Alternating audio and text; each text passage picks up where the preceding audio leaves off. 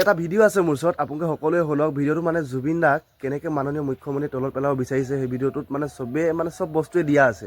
আৰু দাদাজনে কি কৈছে আপোনালোকে সকলোৱে সম্পূৰ্ণৰূপে এই ভিডিঅ'টো চাওক, তেতিয়া গম পাই যাব। আৰু লগতে ময়ো অলপ ৰিপ্লাই দিছোঁ আজি ভালকেনে। আমি জুবিনদাৰ মতে চলিম, আজি মুখ্যমন্ত্ৰীৰ মতে আমি চলিব নোৱাৰো। তেওঁ বিভিন্ন সময়ত জুবিনদাৰ যিটো সত্তা, যিটো আদৰ্শ, সেইটো নমাবলৈ চেষ্টা কৰিছে। মোৰ জাতি নাই ধৰ্ম নাই, এইটো কাঞ্চনজংঘা চিনেমাৰ এটা ডাইলগ। চিনেমা নহয়, এইটো ৰিয়েলিটি হয়। মাননীয় মুখ্যমন্ত্ৰীৰ মতে যদি চলিবলৈ হয়, অসমখন এনেও ধ্বংস হৈ গ'ল আৰু ধ্বংস হৈ যাব। যেনেকি তেওঁ স্পষ্টভাৱে কৈছে এখন চিনেমা ডাইলগ হেনো, মোৰ জাতি নাই মোৰ ধৰ্ম নাই। সেইটো কেনেকৈ চিনেমা ডাইলগ হয়, সেইটো জুবিন দাই নিজে কৈছিলে। আৰু মাননীয় মুখ্যমন্ত্ৰী এইটো কথা কৈছোঁ, তেওঁ যদি 2026 চনত যদি ইলেকশ্যন জিকে, মই সঁচা কথা কৈছোঁ, অসমখন অসম হৈ নাথাকে। সেইটো মই দুটা ভিডিঅ'ত কৈছিলোঁ, অসমখন যে চব বেছি তহিলং কৰি দিব।